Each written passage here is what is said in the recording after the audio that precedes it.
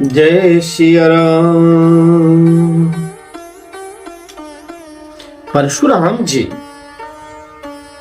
जनक जी से बोल रहे हैं, कहो जनक यह भीड़ कैसी है। बहुरी बिलो की विदेह सन कहु काह अति भीर। पूछत जान अजान जिमी व्यापो कोपो शरीर। फिर शब्द देकर जानते हुए भी अनजान की तरह जनक जी से पूछते हैं, यह जनक यह भीड़ कैसी है। उनके शरीर में क्रोध भरा हुआ था। समाचार कही जनक सुहाए। जेहि कारण महिप सब आए। जिस कारण सब राजा आए थे, राजा जनक के वे समाचार कह सुनाए। जनक के वचन सुनकर परशुराम जी ने फिर कर दूसरी ओर देखा तो धनुष के टुकड़े पृथ्वी पर पड़े दिखाई दिए। उसे देखकर अत्यंत क्रोध में भरकर वे कठोर वचन बोले, रे मूर्ख जनक, बता धनुष किसने तोड़ा, उसे शीघ्र दिखा, नहीं तो अरे मूढ़, आज मैं जहां तक तेरा राज्य है वहां तक की पृथ्वी उलट दूंगा। बहुत क्रोध में है महाराज। राजा को अत्यंत डर लगा, जिसके कारण वे उत्तर नहीं दे सके। यह देखकर कुटिल राजा मन में बड़े प्रसन्न हुए। देवता, मुनि, नाग और नगर के स्त्री पुरुष सभी सोच करने लगे। जैसे उसमें कुछ कामुक राजा भी थे, क्रोधी भी थे। वो सोच रहे थे कि हाँ, आज तो जनक का बेड़ा गर्क हो ही जाएगा। लेकिन जो लोग कुछ अच्छे थे और नगरवासी, वो सब सोच रहे थे कि ये प्रभु का गुस्सा बहुत हो गया है परशुराम जी का, उनको कैसे शांत किया जाए। सबके हृदय में बहुत बड़ा भय होने लगा। मनि पछितात सिया तारे। विधि अब समरी बात बिगाड़ी। सीता जी की माता मन में पछता रही है, हाय विधाता ने अब बनी बनाई बात बिगाड़ दी। परशुराम जी का स्वभाव सुनकर सीता जी को आधा क्षण भी कल्प के समान बीतने लगा। तब श्री रामचंद्र जी सब लोगों को भयभीत देखकर और सीता जी को डरी हुई जानकर बोले। उनके हृदय में न कुछ हर्ष था न विषाद। नाथ सुसंग मंजनी हारा। दो ही के एक दास तुम्हारा। हे नाथ, प्रभु जी आगे आए और उन्होंने बोला, हे नाथ, शिव जी के धनुष के तोड़ने वाला आपका कोई एक दास ही होगा।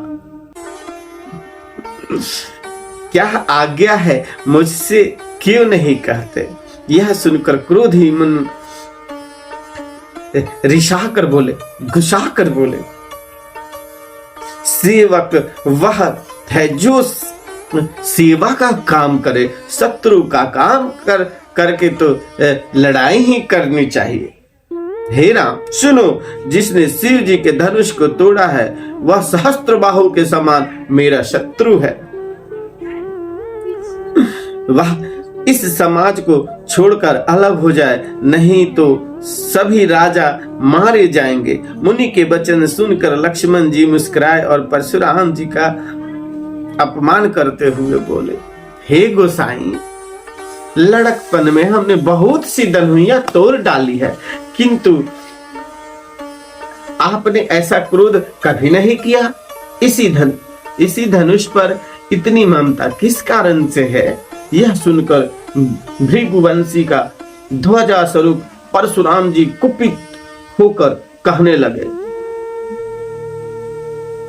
अरे राजपुत्र, काल के वश होने से तुम्हें बोलने में कुछ भी होश नहीं है। सारे संसार में विख्यात शिव जी का यह धनुष क्या तुम्हें धनुहिया समान सी धनुहिया मालूम पड़ती है।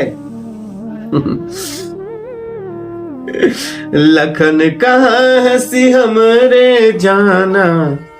सुनहु देव सब धनुष समाना। का छति लाभ जून धनु तोरे।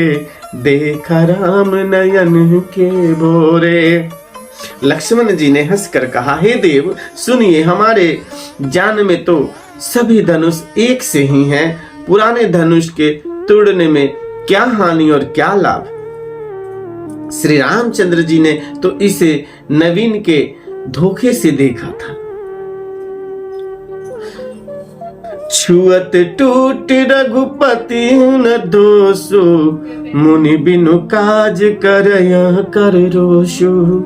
यह तो छूते ही टूट गया, इसमें श्री रघुनाथ जी का कोई भी दोष नहीं है। मुनि आप बिना ही कारण किस लिए क्रोध कर रहे हैं। परशुराम जी ने अपने परशे की ओर देखकर बोले, अरे दुष्ट, तूने मेरा स्वभाव नहीं सुना। मैं तुझे बालक जानकर नहीं मारता हूं। अरे मूर्ख, क्या तू मुझे नीरा मुनि ही जानता है। मैं बाल ब्रह्मचारी और अत्यंत क्रोधी हूं। क्षत्रिय कुल का शत्रु तो विश्व भर में विख्यात हूं। अपनी भुजाओं के बल से मैंने पृथ्वी को राजाओं से रहित कर दिया और बहुत बार उसे ब्राह्मणों को दे डाला।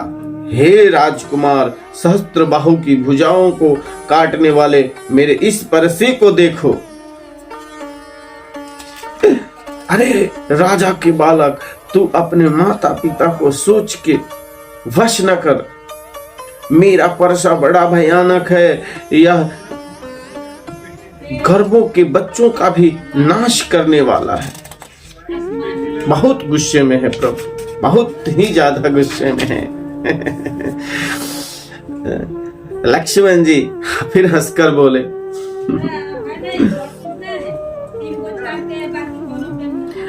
अहो मुनीश्वर, तो अपने को बड़ा भारी योद्धा समझते हैं आप। बार बार मुझे कुल्हाड़ी दिखाते हैं। फूंक से पहाड़ उड़ाना चाहते हैं क्या प्रभु। यहाँ कोई कुम्हेड़ी की बतिया छोटा कच्चा फल नहीं है। जैसे कोई छोटा सा लौकी घिया का बतिया होता है तो उसे लोग बोलता है इसे उंगली नहीं दिखाओ, उस तरह से उपाधि दे रहे हैं श्री लक्ष्मण जी। क्या आपने मुझे कोहड़े की छोटी सी बतिया समझ रखा है, जो तर्जनी उसकी तरफ उंगली को देखते ही वो मर जाता है। कुठार और धनुष बाण देखकर ही मैंने कुछ अभिमान सहित कहा था।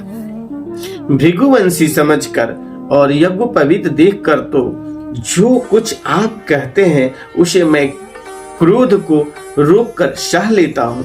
देवता, ब्राह्मण, भगवान के भक्त और गौ, इन पर हमारे कुल में वीरता नहीं दिखाई जाती,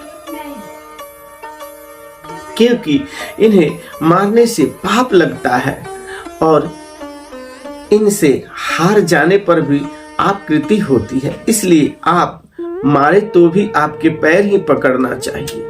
आपका एक एक वचन ही करोड़ों वज्रों के समान है और धनुष बाण और कुठार तो आप व्यर्थ ही धारण करते हैं।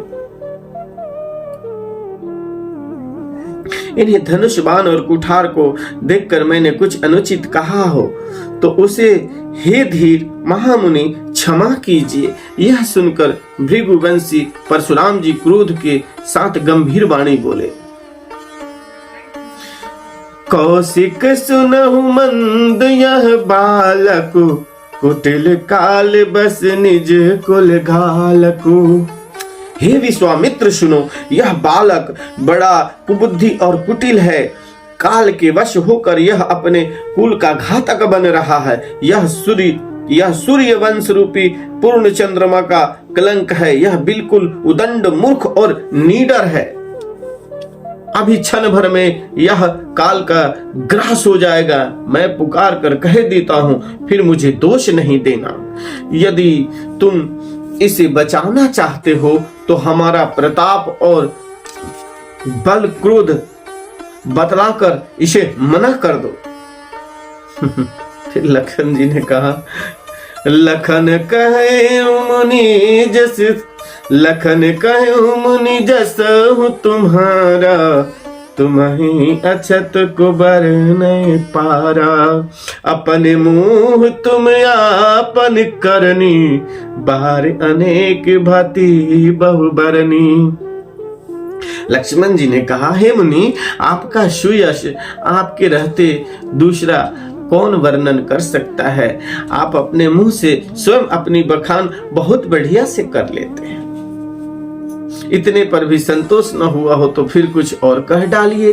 क्रोध रोक कर आशा दुख मत सहिए। आप वीरता का व्रत धारण करने वाले धैर्यवान और क्षोभ रहित हैं। गाली देते शोभा नहीं पाते। दोहा, आज फिर इसी दोहा पे विश्राम देंगे। बहुत तीखी बहस हो रही है लखन भैया में और परशुराम जी में। सुर समर करनी करही न जानवही आपो, विद्यमान रन पाई रिपु कायर कथहि प्रतापो। सियावर रामचंद्र की जय।